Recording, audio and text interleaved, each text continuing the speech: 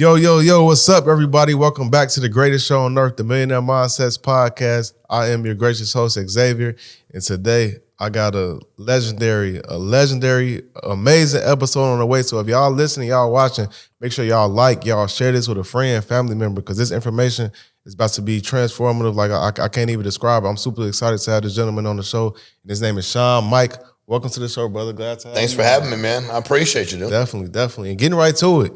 So for the people, this may be they might be stuck under a rock. This is their first time seeing you, first time hearing of you. Just give some brief background on who you are. All right. Well, first of all, I really appreciate you having me, man. You got great energy and you got a great product. You've done some amazing things for people. Thank you. And when I asked you what got you excited about doing it, you said about giving back to people, like a fly on the wall, man. And that excites me. So I was born and raised in Connecticut. Single mom. My mother raised me and my brother, and she had us young. And she finished high school, and I watched my mom struggle, work 3 jobs her whole life. I watched my mom talk about transformative. When I was about 12, my mom got her real estate license. Okay. And I was like really excited. I watched my mom in a little 1-bedroom apartment. My mom was getting up wearing like nicer clothes, and she was going to go become, in her mind, a successful businesswoman.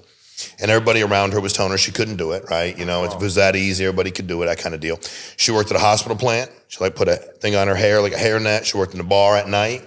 And she'd do anything else she could to make money. And I remember after about 60 days, my mom quit.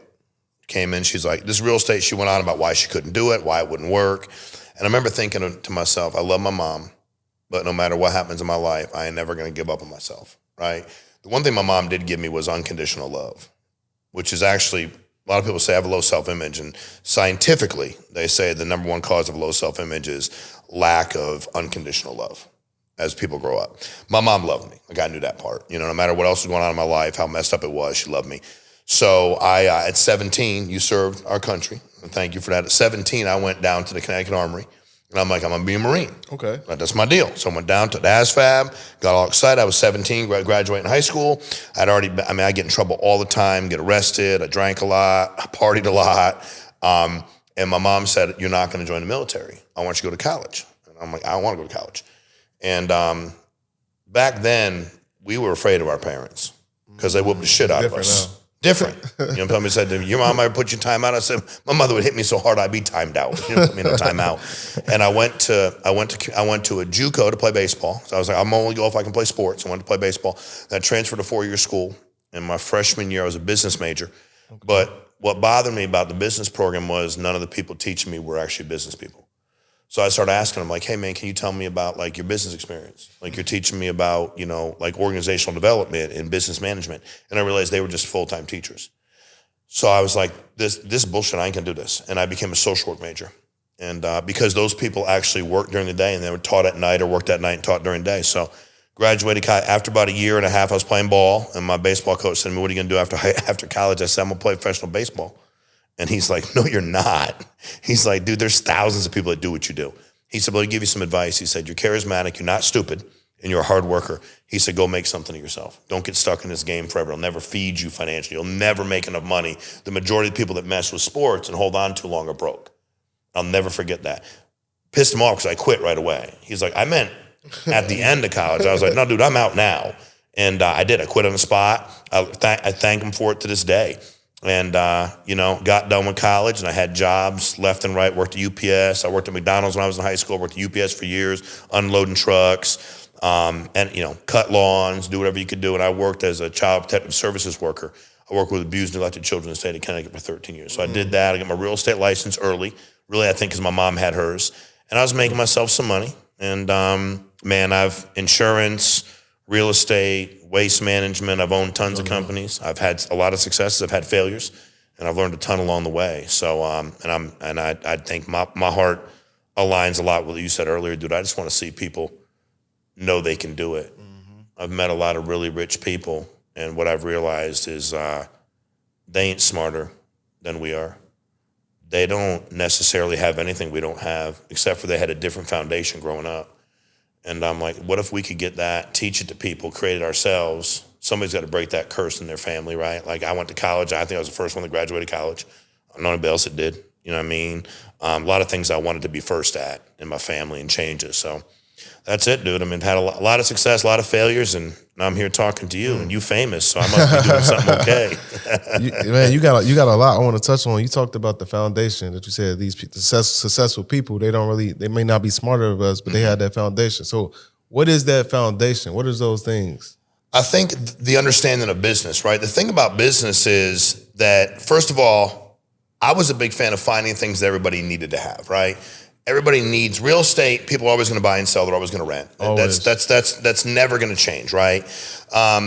Waste management. People are always going to throw stuff out. Somebody got to pick it up and take it somewhere, right?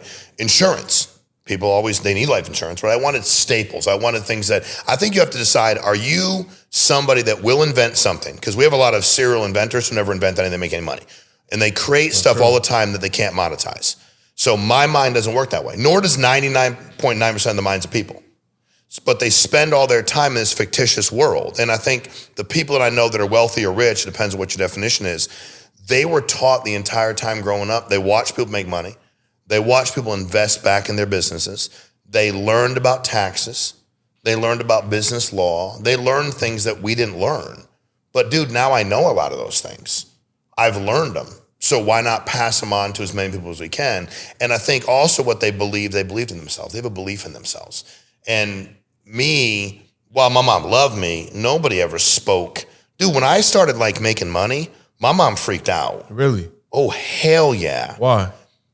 Because, well, in fairness, I did a lot of stupid shit growing up. And I think she thought I was doing stupid shit to make money. Oh. Like I bought a jet. My mom was like, what do you mean you're gonna come pick me up in your plane? I said, well, Mom, I bought a plane, you know? She said, one of them little planes? I said, no, like a jet. She said, how do you afford that? I said, well, I have this life insurance company, I make money. She said, I hope it's okay and I hope it's legal. And the reason she said that was when you have a broke mindset, you can't fathom that you'll jump that many income groups, right? Like most people that are raised poor, lower middle class, lower class, whatever you want to talk about, impoverished, dude, they can't see that them leaving those. That's why I don't like politicians, any of them. So you can't argue with me. I don't like any of them. So whatever side you're on, it don't matter. I can't oppose you. I like none of them. So you can't argue with me. You know, I'm just telling you, I don't like any of them. And I think the struggle is a lot of people are waiting for other people to come save them and help them. And dude, at the end of the day, it's you got God, you got you, and that's it. So I think they learn fundamentals. It's no different than if you do what you're doing as you're learning. It takes you hours and weeks and months and years. They don't have this. What you'll teach your daughter, you probably weren't taught. Absolutely. But now you get to teach it to her. And now she actually don't have an excuse to not, she can do whatever she wants, right? As long as she's happy. But dude, that's what we should be doing on a daily basis is figuring out how do we get this information out to people? Because we need to flip the script on the whole deal. Because I think there's a lot of really comfortable, wealthy people. I like to disrupt shit. What do you mean by that? I mean, they think they can't lose it. And then some idiot like me comes in and starts running a company and does $1 billion a year. And they're like, what happened? I just kept working, bro. But you get soft and you get complacent, I'm gonna run you over. Because I didn't come from anything. And I'm starving. I'm starving today. You still starving right now? Starving. But I'm not starving financially. So what is the hunger? The hunger is you have an audience, right? You have a following. Right. Right. That's why I want to come on. You have a following, you know? If I say one thing that somebody goes, man, he's half an idiot, man, he's a little bit crazy, but damn, I took that, went and did it, and it changed his or her life and their family's life and their kids' life and their grandkids' life. That's what I want to keep doing. And you can't do that sitting around. And also, how many times people tell you can't do it. You know, I was watching this thing on Charles Barkley the other day. They said, what motivated you? He said, my dad left us, which was fine. That didn't bother me, he said. But he said he would financially support us. And I used to go out to the mailbox looking for a check, and it never came. And then my Spanish teacher failed me, and I couldn't graduate high school with everybody else. He said, and that drove me for years until I found a bigger calling. But you had to find something bigger. So that anger motivated me for a while. Everybody telling me I couldn't do it. Everybody believed I couldn't do it. The people in my school, my mom, where we grew up, when I was young, it was poor. So we're like, no big deal. Nobody had any money. And then my mom moved us to a better town for sports. Okay. And I felt very uncomfortable. And I knew that people thought nothing. There was like nobody lived in subsidized housing. There was like one subsidized housing place in the town, and I lived in it. So you didn't take 2 + 2 is 4. They knew I had no money. But bottom line is they weren't going to say nothing because, they like to talk behind your back, not to your face. Exactly. You know what I mean? Because I'll fucking punch them right in the mouth. Well, I'm just saying, I don't bother nobody. Right. I don't bother nobody, so don't bother me. I don't go out and bother nobody unless you bother me. But I was very uncomfortable and insecure because I knew that my mom was an awesome person, but we didn't have the opportunities that they had. Yeah. I knew that. Let me ask you this, because you spoke on anger. So do you feel anger is like absolutely necessary if you want to achieve great things? I think that there's got to be some kind of emotion in you that solicits some kind of reaction. Mine is in anger, right? Okay. I'm angry for what I think I can have or my family can have or what my children could have. But if there's no fire... You gotta have a fire in you. You have to. And again, the problem is unless you're going to wake up one day and invent something... But dude, who does that? And especially in 2023, what you going to invent? Everything's already invented, dude. But you take some of the companies and you got to have courage. You got to have a backbone. You got to have balls. You have to, dude. You think about all these people that did, like Uber was not a massive dude, we could have figured that shit out. But a lot of people tried it and gave in. And when they got sued by everybody, they kept going. Ubered, but but the companies before them, they gave up. Right. They're like, oh, this is hard. The cab company's going to sue us. Dude, when I launched my insurance company, I was in litigation for 4 years. Damn. Oh my God, dude. Millions of dollars I spent. But I would have died before I quit. And it wasn't even about the money. It was about, you're not going to treat me that way. I didn't do nothing. I work, because real wealthy people, a lot of just generational wealth stuff, they think that they control things. And they think that, I wasn't put on earth to make other people wealthy. And nobody was put on earth to make me wealthy. I was not put here by God to make anybody wealthy. And nobody was put here to make me wealthy either. I want to work with you and help you develop wealth. It goes both ways. So you start looking at people, and then all you got to do is take somebody who stands up. And I tell people all the time, I told my son one day, he's like, history? I said, dude, history is important in school because it repeats itself. And you have to follow, because if you start treating people the wrong way, they'll turn on you. And once there's more of them than you, it don't matter what kind of money you got. They'll mess your world up, dude. Dictators don't last forever. Nope. No way. So that's what keeps me starving. That's a hell of a perspective. You just said you wasn't put here to make somebody else wealthy, and no one was put here to make you wealthy. I never heard nobody say it that way before. No, but a lot of us act that way, right? We show up. It's funny. People will work harder at their job. Like you're doing what you're doing independently. No time clock, no boss. You're doing it. But a lot of folks will want to do what you're doing until they have to do the work. Until they have to do it at 8 o'clock at night or at midnight or at 5 o'clock in the morning or travel across country or go to Wisconsin, go wherever you got to go. They'll do it until they have to be sat, but they'll go to their job every day, 40 hours a week, bitch, moan, and complain about it. So until you internalize the fact that if you want to be great, go be great for you. Don't worry about making somebody else great. That's why capitalism works, because most people believe they can't get wealthy. And that's a lie. By the way, if you sit at home and go, the government's against me, the system's against me, you're lying to yourself. You're lying to yourself. You are. You're straight out. I don't care where you're from, what you look like. It doesn't matter. You can go achieve, especially in today's world. Yeah, you're right. I say it all the time. Yeah. You spoke about wealth a lot. So in your opinion, I often ask people this, what's the difference between wealthy and rich? Because some people say, I didn't heard people say different numbers. So what is it in your opinion? Dude, I'll tell you, wealthy to me is being able to make decisions, not worrying about money. I have a lot of nice stuff. Cool. You got a plane, great. It's convenient. You know what I mean? Dude, I don't know how to drive my boat. It's big. It's a yacht, I guess, and a bunch of people can come on it. But it's just a possession. Who cares? None of that stuff matters to me. I was wealthy the minute I could make decisions for the people important in my life without worrying about money. If they needed something, kids wanted to go to school somewhere, my mom needed to get a medical procedure. If I could just say yes to anything, not worrying about the money. I wasn't going out and buying helicopters every day or penthouses in every city in America. But when I could make decisions and not worry about money and also have my time, meaning dude, I don't like having a job. And by the way, I'm not mad. Dude, I did it though when I needed to do it. Right. I've had plenty of jobs, but I didn't like being told what to do by people that didn't do what I did. And also I didn't like asking other grown-ups if I could have time off, go on vacation. I had a boss one day, he said, well, if you're going to get up, you got to let me know if you leave the floor. I said, bro, let me explain something to you. If I want to get him to go to the bathroom, I'm going to. If you think you can stop me, then you should try to stop me. Because in my world, it don't work that way. I don't like people that are positional leaders, or I don't like that kind of stuff. And I had a lot of inadequate people try to boss me around. So I think that was wealthy to me. I'm good. Like from a monetary standpoint, I'm good. I'm really good. And I'm very blessed. But that's not what drives me. Like I don't sit around on a daily, weekly, monthly basis and look at what I have in this company over here, what I sold this company for, or what these tax municipal bonds are doing for me over here, what this investment is doing for me. Like, dude, I don't know. I just did a deal the other day. We got paid on it. I was like, forgot I did it. And I'm not like, I'm with good people. They're not going to hurt me. Like this is all networking for me. Like all this is like, I like you a lot. You have a good soul and you're smart.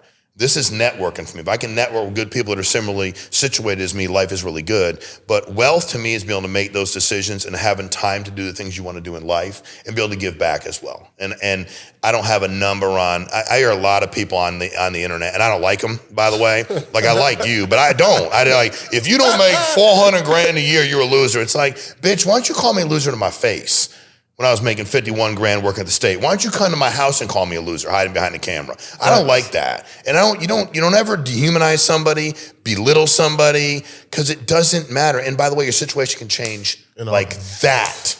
Like that. So everything you got today, you could lose tomorrow. And I think that's why I stay hungry too, because I never had it. If you never had it, you have it. Sometimes you're like, dude, this is weird, right? Like I'll go out of here tomorrow, go to the private airport and get in a plane. That's weird. It's weird. It feels weird? It still feels weird. Why? I'm cool with it because it seems surreal still. Like, I don't think you can't believe it yourself. Yeah, like, I don't think the other people that have done it are better than me. Like, I know I can achieve, but it just is, it's surreal to me. And I think it's surreal because I'm so appreciative. And I'm so appreciative because I'm like, dude, my life could have changed at any moment in time. You walk out here and make a mistake tonight and everything can go away. Yep. Like that. You can do the wrong thing, say the wrong thing. Now me, I don't, like, I am who I am. So I ain't worried about it. Like you know what I mean? Like I just don't see, I treat people the way they deserve to be treated. I defend myself the way I deserve to. I don't see a lot of the things where I got to worry about what I say but I got to worry about what I do. I mean, I have to. We all do. We make a mistake in a minute, dude. You got an awesome baby girl now. Something could happen. I was on a podcast one day with a guy, and he was like, well, if you're walking through a bar and somebody slaps your girl in the ass, what would you do? I'm like, I'll fuck him up. What are you talking about what I do? He's like, well, I wouldn't do that. And I was like, I can tell you wouldn't do that. My point was, it's not about being big and bad. You still got to be able to sleep at night. But the reality is that something bad could happen, and I could get in trouble, and that's never my intent. But we're one bad decision or one bad break away from losing everything. And it gives me a lot of perspective, man. So I just try the business decisions I make, the people I network, my network's small. Really? Yeah. I'll talk to all kinds of people, but my network, as far as where my money goes, is really small. My circle's small. Inner circle. And I have a great inner circle. Let me ask you this. Did you always have a tight inner circle like that, or did it take you time to realize the importance of that? Dude, it took me a lot of time because I never knew. I hung out with everybody. Oh, if I could tell you some of the business investments I made early on with people I believed in, oh my God. It went south. What's that? I'm asking you this question because that's something that I went through an experience like a year and a half ago. Now I value like the tight inner circle. You know what I'm saying? Let me be clear, man. There's a lot of people who are out there and want your money. Yeah. And, I was talking to a buddy of mine the other day. And he's in the NFL. He's active. He's good contract, big contract, great guy. And I said, man, let me ask you something. They want you to invest in that real estate property 2,000 miles from your house. They want you to give them this and give them that and give them that. Like, dude, how does it make any sense based on the money you make today? Like, why would you do that? Because people seek out people they think have money. People call me all the time. Now, me, I've gotten really good at going like, dude, how dumb do you think I am? I've become really unapproachable to people that are going to come at me with bullshit. But it took me a while because I was all ears. I was excited. I'm going to get this guy had an app. Let's throw him $100,000. Oh, I have to tell you some of the stuff. They still run the company, so I don't want to hurt them. But I've given people $700,000-$800,000. And you start learning that when somebody wants to give you stock or shares, or they're willing to give away equity in a company, means they ain't got no value to them. That's what I learned early on. People are like, That's take him. this. I'll give you equity in the company. I'm like, dude, if your company is worth something, the last thing you want to do is give up equity. Like when I started making like the life insurance company doing hundreds of millions of dollars a year, dude, I wouldn't like people come to me all the time and go, I'll give you this much for this percentage. Hell no. I ain't giving up no equity. Like I'm doing too well. Why would I want to give up my equity? And I had to learn those business lessons hard because nobody taught me. And then I found a couple people in my life that were wealthy. They're rich too, rich, wealthy, billionaires, good people. And they were willing to share their information with me, which was transformed. Like that was life changing. But dude, I ask questions. Like if we talk more, dude, I'll ask you tons about this because I want to know. I want to know. And I don't want to know because I want to know just because I'm interested. And then also a lot of people won't share anything. Like me, you ask me anything about any business I run, I'll tell you. I don't care. We do, dude, the companies I run, we do our trainings online. People are like, they all can watch your training. I go, I know they still have to be able to run the play. I don't care. Let them watch it. I don't even care if they work with me. They can sell life insurance somewhere else and get trained by me and make money there. And you go, why would you do that? Why not? Nobody else does it. Nobody does it. And I'm like, dude, if that guy makes 800 grand, 200 grand, 80 grand a year and helps his family out based on the training I got, even if he works with somebody else, he'll come work with me eventually probably. But if he doesn't, so what? I'm doing the right thing by him. So it took me a long time to figure it out, man. I got a great accountant. You need a great accountant, great attorney, and great financial guy. And great attorney, as you know, is crazy important. And I protect everything just like you have to. You protect it with everything you got. Somebody's trying to mess with stuff, take your stuff, use your name. Dude, you go upside their head in public so they know never to mess with you. That's right. Pick somebody else. I ain't the one. You dropping some bars, man. I want to ask you this because before we started recording, you said your company did, if you mind me sharing. No, share whatever you want. Did was $700 million last year. Correct. Paid business, yep.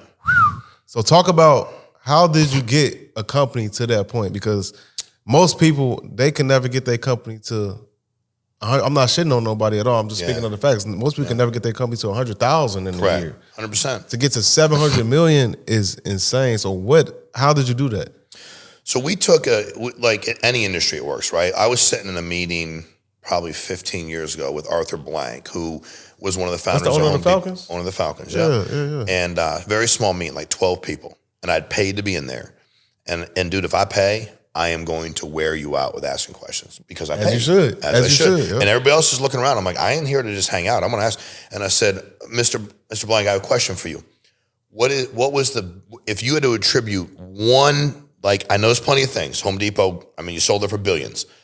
But if you could take one thing and go, I attribute the success of he called it HD, because he probably said Home Depot so many times, of HD, what would the one thing be? And he looked me in the eyes and he said, a little bit of a lot becomes a lot. And I said, can you explain that to me? And he said, we took a concept, which wasn't complicated. There were all these I'm 50, so y'all grew up with Home Depot and Lowe's and all that. Dude, back in the day, it was Smith's Hardware, Tom's Hardware, Main Street Hardware, and you went in and bought these paintbrushes and these screwdrivers for a massive markup. And there were these mom and pop shops. They stayed open 5-6 days a week, and he worked at one. And his concept was, I'm going to launch a company. I'm going to make a little bit on everything we do, but a little bit of a lot will become more than enough. So we launched an insurance company. I said to myself, you know what? We're going to pay more compensation. Like simple, like here's the industry top. We're going to go here. I'm going to keep like nothing, but a little bit of a lot will become a lot. Now, what all my competition said was you won't make it 3 years. And the bottom line, dude, it was tough for 3 years. We didn't really make any money. Matter of fact, I was going through litigation. My attorney called me one day. He said, they want to subpoena your tax returns. I was like, shit, you should show them to everybody. I ain't making no money. People that work with me are making more than me. They'll be happy that I'm in charge and I don't make any money. Like we ran it really tight. And our concept was everything was like this stool, right? It was a 3-legged stool approach. And I think every business, whether it's a mission statement, whatever you stand for, it had to be great for the client. Like, because we work with middle American people. Life insurance, when I became wealthy, everybody wanted to help me. Well, nobody called me before then. Ain't nobody from these big companies mail me nothing, call me ever, send me an email. Nobody ever came to my mom's apartment when we were young and tried to like take care of us. Nobody ever did that, ever.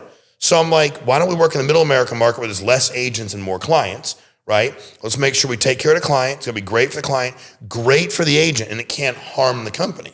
It'd be like you here going, you know what? My content has to be great for people to listen to me. And you know, and run a company has to be great for the people that work with me. And it can't harm me. And if you put yourself last, dude, the results are crazy. Really? Crazy. Because now all of a sudden, everybody wants to be in business with you. Clients, no matter what you're selling, don't matter. I did the same thing in waste management. It was affordable waste. We found out what everybody else was charging. We charge less. But we had to do volume to make that kind of money, right? I did the same thing in real estate. I was back in the day. I mean, you guys weren't even, you were little, right? Like, dude, I was doing reduced commission back then. And before for sale by owner came out. I'm like, dude, eventually somebody's going to do this. So my deal was they're going to charge you 6, I'll charge you 4. And all my realtor friends would be like, we're not going to show your properties. I'm like, yes, you will. Because you'll take 2%. You ain't going to screw around over 1%. So I wasn't greedy. And then I think we stayed true to who we were. And also humble. If you don't stay humble, you get eaten alive. People want to hate you already when you're having success. Dude, I stay and I'm humble anyway. Like, I'm not special. I don't pretend to be special. I'm not better than anybody else, but I will outwork other people. I do think I will work harder for other things than people will, but I'm not any better than anybody else. And nobody's any better than me either. Yep.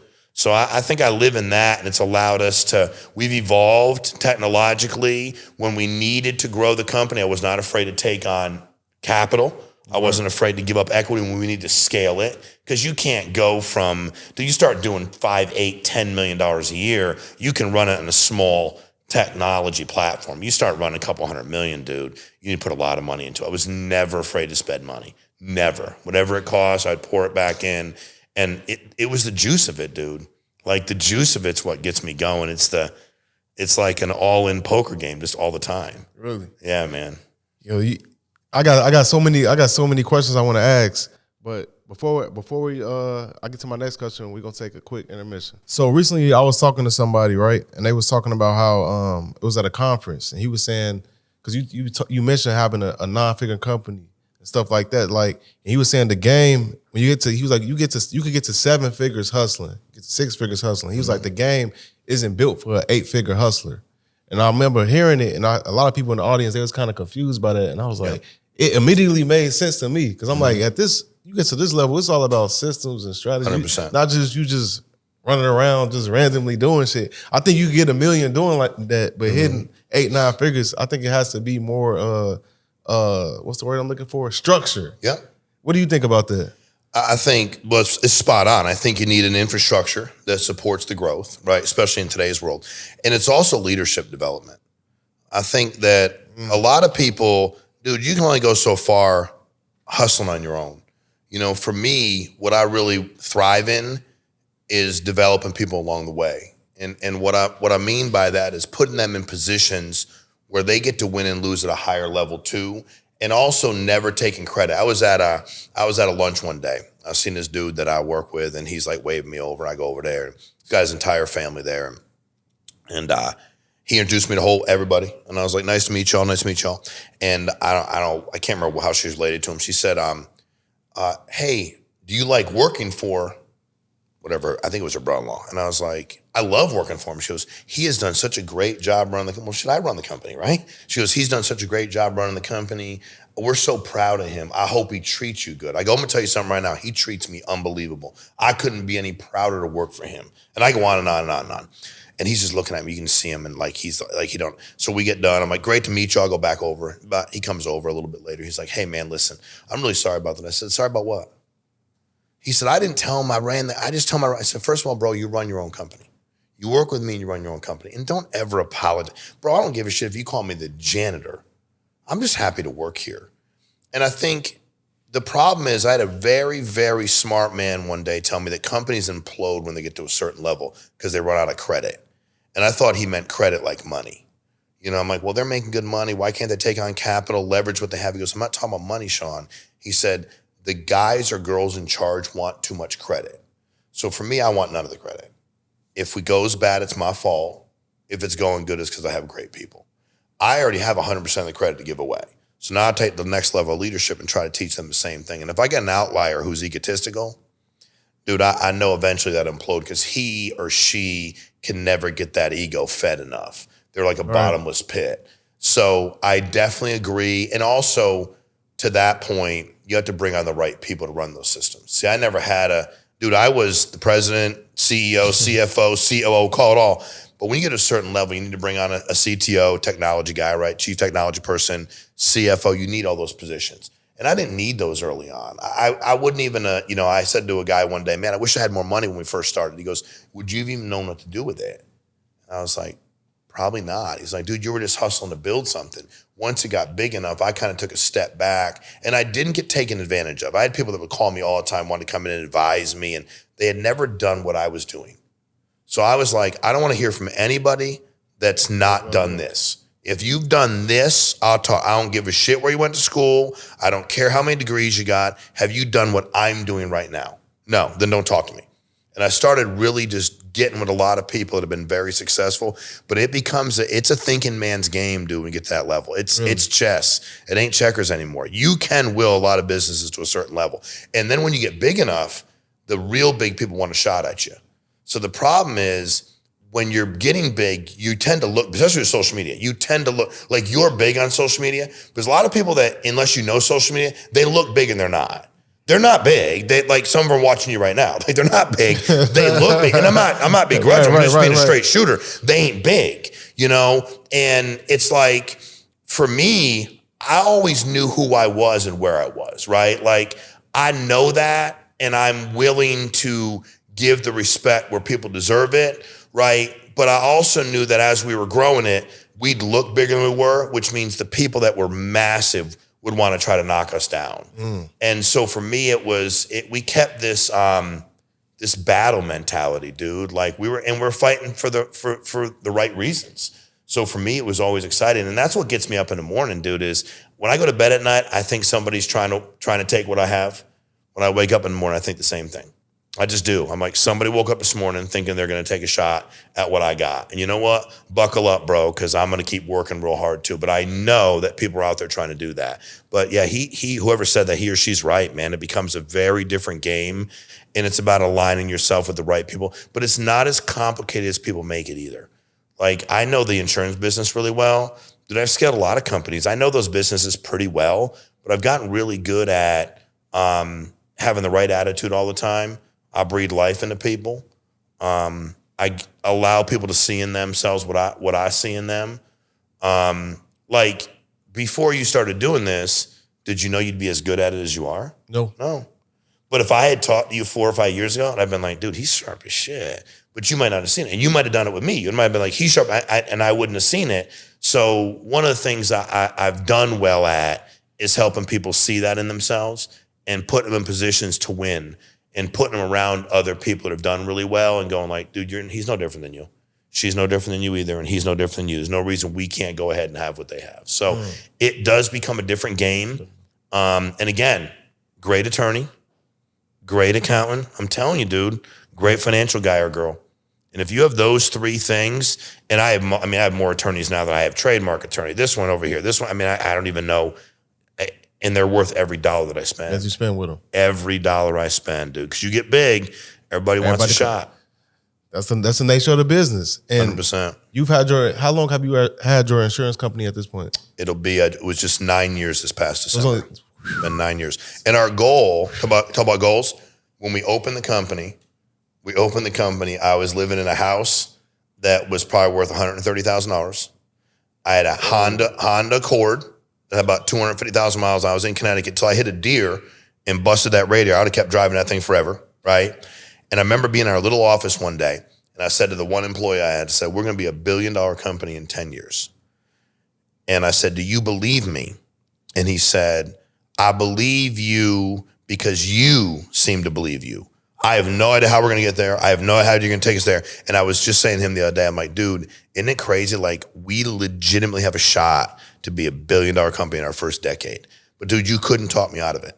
Like, you couldn't convince me we weren't going to do it. You couldn't talk me out of it. I knew people would laugh behind my back, but it was like, and I told you earlier, I believe in God. I got a deep faith. I'm not remotely a pastor. I've made tons of mistakes in my life. I have a healthy fear of the Lord. And we try to do the right things with the money we make too. And I think when you start giving back, I tell a lot of people, man, you want to do better. You need to receive blessings. You want to receive blessings, go out there and serve, dude. I mean, I'm not going to, and I respect everybody. If you, like, you believe in God, you don't, whatever you, dude, I've just always been raised that way. Like, I don't care what you look like, where you're from, who you are, that just treat me the right way. You know, I was 9, I got hit by a truck and broke my legs, dislocated my hip, broke my arm, and I was in traction. If you ever dislocated a hip, you're in traction. And there was another, I'm 9, this kid was 8. Sitting next to me, and he got hit by a car and dragged underneath it for like 200 yards, burnt, 3rd-degree burns. Never forget this kid, Kevin.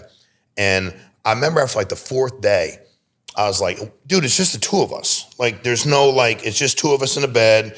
We got one TV. Of course, we're going to talk, right? We're about the same age. And I said, hey, man, I said, you know, and I wasn't like that deep. I was 9, but nobody from his family would ever talk to me. Like, they would never say hi. And we were, dude, our beds were, it was 1981. I know it freaks y'all out, but it was 1981. There was a world and we were here. And so the hospital room was tiny, dude. We were probably almost as close as you and I are. So his family was like on top of me. And he said, yeah, man, they won't talk to you because you're white. And I was like, really? And I'll never forget, I was like, I wanted to know so much about that because, dude, I was 9. Like, the people that grew up around me, when I was young, they looked like you, not like me. And I never thought anything of it. Right. I was like, dude, we just play ball, we hang out. Nobody treat me like I am who I am. They are who they are. But I'll never forget, like, remembering that I wanted to know so much about that so I could understand why he and his parents, everybody else felt that way. Like, I always wanted to do that. And I've always been that way, man. And he ended up being great. They were great. We were in there for a while. My brother would come in every once in a while. But life to me was about connections you can make and information you can learn. And that's why people are intriguing to me. And I think I've stayed that way in the insurance business. And I know everybody says find out what people's why is. Right. But dude, it's important. It's unfortunately, it's very abused in a lot of these things. Like, a lot of these guys go and pay to go to trainings. Dude, they're better off like watching what you're doing because it's real. You got real people talking about real shit. Real shit. And they're going to go to meetings and pay the people way too much money. And the people on stage may not have done anything. And you've interviewed them where you know they're full of shit. Yep. Like, they've sat here. You know that. I don't need to put you. You know that. You're like, dude, he's full of shit. He ain't done any of this kind of stuff. But he talks about it, right? They make up stories. I was a drug dealer, got beaten up, got 20 stitches. Bitch, no, you didn't. Like, and you can tell by just looking at him, it's a lie. But you're like, okay, whatever. I'm interviewing him, the whole deal. And all I want is more people to figure out why they want to do something, what's holding them back. And we got to break this myth. Getting wealthy, dude, is not about how you were raised. It's not about who your mom and dad are. It's not about who your uncle is. It's not about if you've made mistakes in your life. It's not about any of that. It's not about the color of your skin. It's not about your political affiliation. It ain't about any of that. It's we really live in the greatest country in the world to go achieve. Absolutely. We do. And I mean, like, you know, I'm 50, you about turning 30. Yep. You're from Chicago, I'm from Connecticut. We have different backgrounds, and we're sitting here chopping it up, talking about how people can do better. That's what life's all about, dude. That's what this whole thing's about. That's what gets me excited. I could talk to you for 27 hours about it, man. Damn, you guys. It gets me excited, dude. You, like I said, I got so much shit I want to ask you, man. But first I want to say congrats on all your success. Hitting damn near $1 billion company. Appreciate it, man. A decade is fucking phenomenal. Appreciate it, dude. But I want to ask you. So, is this your first successful company? To that level, yes. To that level? Yeah. Like I got, my first successful company was real estate. Okay. And I, you know, for me, had built that up where I was probably making myself $300,000-$400,000 grand a year, which was like, dude, massive money. Like massive. When people ask me, what was your income goal? I never thought I'd make $1 million in a year. I'll be honest. I never really thought about what I would make or not make, but I just wanted to do a lot better than I ever was raised. And back, dude, you understand, I graduated high school in 90. So back then, like, to make a couple $100,000 a year was like, shit, like, it was like he was making a lot of money. Yeah. So the real estate thing was great. In 2008, when the market changed, I remember somebody said to me, that's when I got in life insurance, are you getting out of real estate because the market changed? And that's why you're not doing well. I said, no, dude, I'm not. The market changed. I wasn't prepared for it like other people were. When markets change, like right now in 23, the economy's where it is. Dude, the strongest people will get even better. Because a lot of people, let's just take what you're doing now. There's probably plenty of other things you're doing. But right now, what we're doing, there's so many people that started doing it. Stop. They stopped. The economy's tough. Yep. It's hard. Dude, they got to grind. Yep. And they jumped out. The strong survive and thrive. And for me, but I also was always very honest with myself. Like, if you're not where you want to be, dude, just don't lie to you. Lying to yourself is dangerous. Lying to other people it's not good. Like, you shouldn't do it. But dude, like, lying to yourself, when you start convincing yourself, if I had ever said in '08, yeah, man, the reason I got a real estate is the market crashed. Man, look what they did. Mortgage derivatives. Look what Wall Street did. They hurt us. If I was ever a victim, dude, how do you thrive when you're a victim? It's your life. You have control over it. You pick your own line in life. Dude, I make tons of mistakes. Believe me, I could sit here and talk to you forever. I was in a meeting the other day. The girl's like, I got married 3 times in 1 year. We had 3 different weddings. Isn't that amazing? I was like, I've been married to the same person twice, for real married, and got divorced twice to the same person. Mother of my kids. I mean, like, dude, what do you want me to tell you? People are like, what do you think about marriage? I'm like, ask somebody who's married and can talk to you about it. How the hell I know? What do I know about it? But be honest about it, and I've never hid from the mistakes out. Like, I make mistakes and own them. Like, nobody's looking for perfection. They're looking for transparency. Absolutely. Because we're pretty forgiving people, dude, because we want to be forgiven. Yep. But if you start lying to yourself, and the minute you go down that path of why you're not where you are, man, it's hard to dig out of that hole. So I've had, successful companies. I had a waste management company. I'll tell you, that's the best lesson I've ever learned, because it wasn't. I sold it and did okay. I made some money. What'd you sell it for? Oh, dude, if I sold the thing for a couple $1 million, it wasn't. But like, I was lucky to get out. Okay. And still, like, that's pretty good, right? Life's not so bad. It ain't so bad. I mean, the insurance deal, you look at that and what it's worth, it's like, oh my God, it's crazy. But dude, I got all excited. I got tired. I was in real estate, and I got tired of paying to get rid of my dumpster. The company that I used raised the fee. And I was doing pretty well. I had done really well in real estate, had done really well in the market, had made some good investments, and I got pissed. And I think I got a little too full of myself. And I was like, you know what? Screw these guys. I'm going to open my own waste management company. Screw that. Why am I going to? He's going to charge more. I'm going to get 100 dumpsters and do my own deal. And I remember that one of the guys I work with said to me, you know anything about it? I said, I don't know nothing about it. Go get me 3 trucks and 100 dumpsters. And I'll get a buddy of mine to drive him. He's an animal. He works 100 hours a week, and we're going to crush it. Okay? I know nothing about it. We get the dumpsters, and we're moving, dude. We are busy. Call it Connecticut Affordable Waste. I come down in price. I'm beating everybody's price. I'm going to crush it. We're about 4 or 5 months into it, and all of a sudden I get these invoices, and I said to my guy, I said, why are they charging us more? It's like, why per ton am I paying more to get rid of all this waste? He said, I don't know. So I start calling around. Well, I realized in the state of Connecticut, there's 3 places to dump. They're owned by 3 families, and I ain't one of them. And we started having success. So what do the 3 of them do? And they go, just charge him more. Like, we'll put him out of business, just charge him more. He can't get rid of it. What are we going to do with it? Well, I never thought about it, never knew. And of course, I decide, my guys tells me, I'm like, dude, go in and tell them. They don't know who we are. I got humbled real fast. Dude, it was like remember that movie Goodfellas? Yeah. Dude, it was like a bad episode of Goodfellas, dude. Really? Yeah, man. My first guy I went into, he was a big old Italian guy, shirt unbuttoned all the way down his belly button, Italian horn down there, sat back in a chair like this. And I walked into the office, and he looked at me and he said, having that guy come in here and talk to me like that was a mistake. I said, I didn't have him do that. He said, son, I've been doing this a long time. He said, and we are completely in control of what you do and don't do.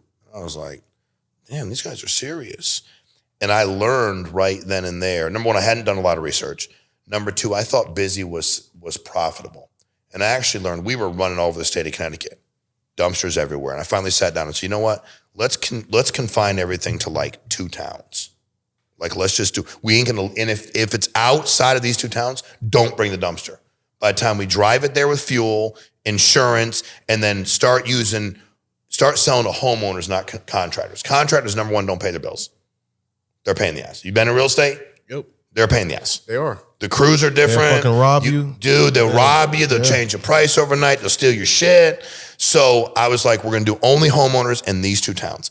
And before I was excited. And the guy that ran it was like, man, we never had a dumpster. They were always out.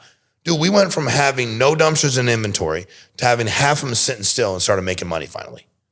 But I didn't control where they dumped. So I ended up having to sell to one of them.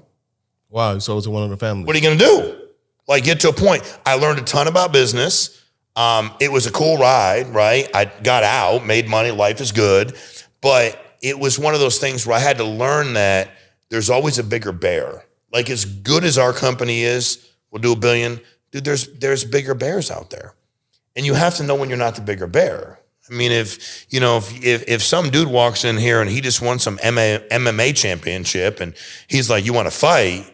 And I'm like, I better be fighting to defend myself because I don't really like, I'm pretty sure you're going to win. He's the bigger bear. Like, I get that. What am I going to take him outside and whoop his ass? But that's how people get hurt. They don't know.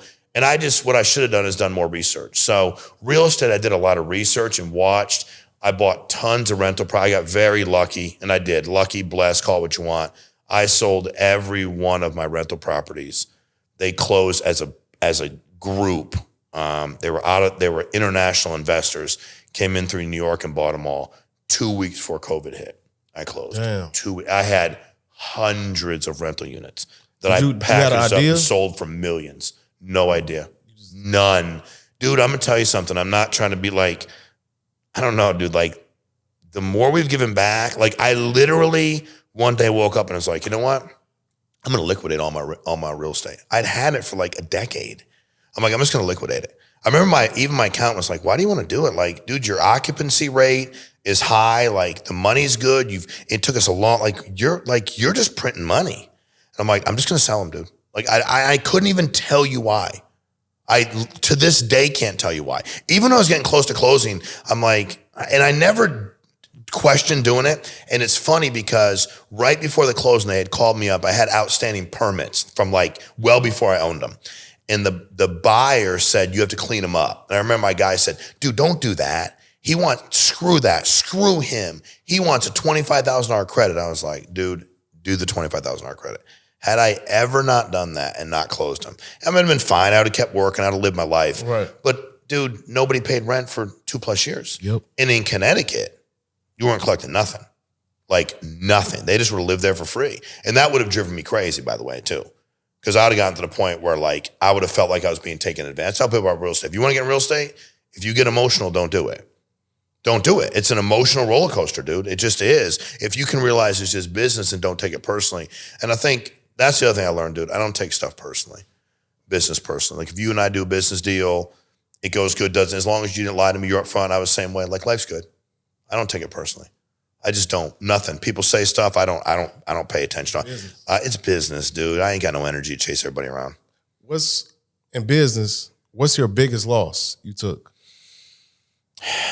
Man, I had probably my 3rd year in real estate. I was buying and selling, flipping houses. When flipping houses, nobody was doing it. Now everybody does it. So like, it's like Airbnb. Everybody does it, But dude, you can go to these cities now and Airbnb something for nothing because there's so much inventory. Yep. Like people get screwed. And guy I knew called me and said, "Hey, dude, I got a piece of property, and we can do a senior housing project there. The town told me they'll accept it. Yada yada yada." So I dropped a couple $100,000 in the land. I mean, engineering, dude, I'm into it for $1 million+. And I'm about a month away from getting the full approvals from the town, right? So when you do these projects, depends on what state you're in, but most of them have a local planning and zoning, wetlands commission, all that kind of stuff. And everybody started fighting the development. And I was like, dude, what's everybody freaking out about? Like, it's in the middle of nowhere. Well, I'd come to find out that there was a guy that had gotten murdered on the property. And the family, like it was a local town family, right? Like dude was hunting accident, but the guy still went to jail. Like he shot dude, like boom, shot him, he died. And dude, it got so out of control. And I'm like, first of all, I felt for the family. Like I'm not trying to bother nobody. If I had known that happened, I would never bought the land, right? And I could have gone back to the guy that sold me the land because he didn't disclose it to me, but he didn't have no money. You know what I mean? So he was desperate. And dude, I lost. And I mean, dude, I financed it. I lost a clean $1 million. And I didn't have nothing. Dude, that was the hardest. Like, I never forget. My kids were young. I remember sitting in the parking lot of the meeting when I finally knew it was dead. Like, it was just a dead deal. And dude, I just had tears in my eyes. Like I was like, and it wasn't about the money, it's about feeling like I let my family down. And I'm like, man, I worked so hard and I finally just started to make money. And then also knew I had to pay some of the money back. And I borrowed the money, like hard money. You know, like hard money is hard. It's bad. It's you know, you do it only when you have to. And I had points and the interest rates and dude, I'll be honest with you, dude, that was probably the worst attitude I had. Like I don't tend to be like I'm not a quitter, I'm not a victim. That was as close as I got to saying, you know what, dude, I'm just gonna take my job. What am I trying to do? Like I started, dude, for about 3-4 days, I was like, and I finally, I don't know, 4th or 5th day, I was like, dude, you're being a bitch. You had a loss. It was a life lesson. You learned it. What was the lesson in that? The lesson in that was I wasn't humble about it. I didn't know enough about it. I didn't do enough due diligence. I didn't surround myself with anybody that knew what they were doing. I got too big too fast. And I honestly think I needed to be humbled. I don't think I was egotistical.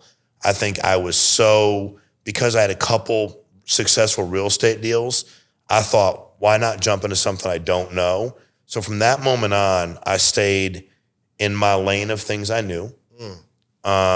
If I didn't know them, then I found people that did. I made smarter business decisions. I knew I'd lose money at times. I'd go up and down. I was cool with that. But when I sat down and looked at it, I was like, I didn't have any way to leverage it. I paid way too much for it, way too much in interest. And had I just went down to the town. So I started doing, what's weird is the next year, I started again doing these developments and they became, I did a 11 lot subdivision, which I made millions on. I did a bunch of big pieces, but all I did do was go down and ask questions. I went down and found people and I walked away. Had I went down to that town and taken an hour out of my day and met with the town planner and said, hey, tell me what you know about this piece of property over here. Why is this sitting here? Why is it vacant? Had I just done that, instead I just walked in like, dude, I know, I'm smart. I've done this before. Get out of my way.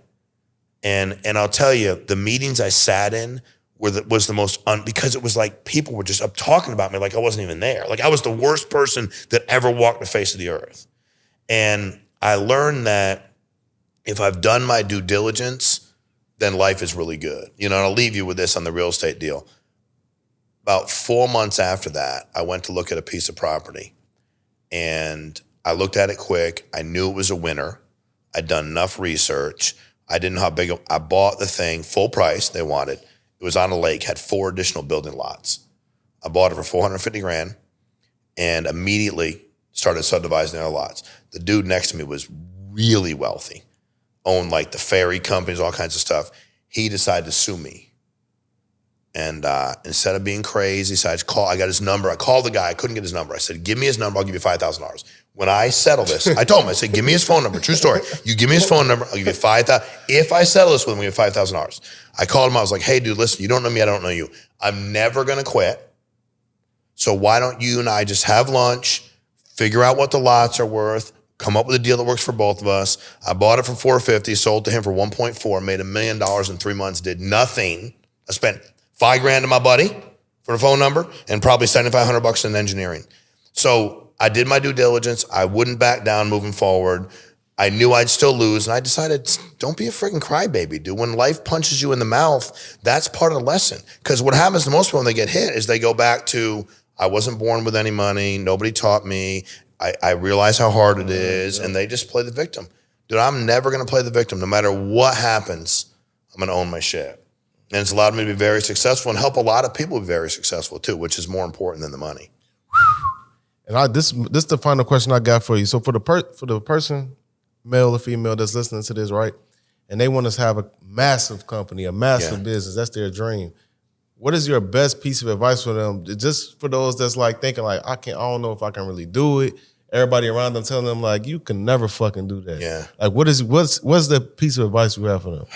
First of all, you have to take the people, you have to be really careful who you allow to speak into your life. And what I mean by that is you have to be deadly, crazy, dead ass serious about it. Meaning when people are going to bring you down, you eliminate them. Not forever, for a period of time. Can't talk to them, can't listen to them.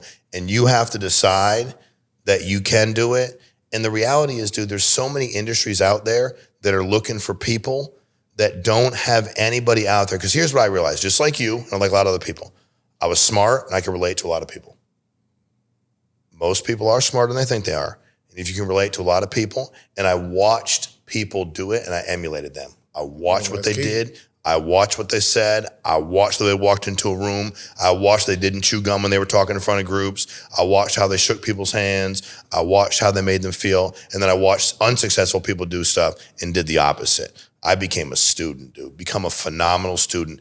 Believe in yourself and eliminate talking to people that are going to breed their bullshit. Because you can count on one hand, last thing I'll say, one hand, the amount of people are going to pull for you in your life that it doesn't benefit them. One hand.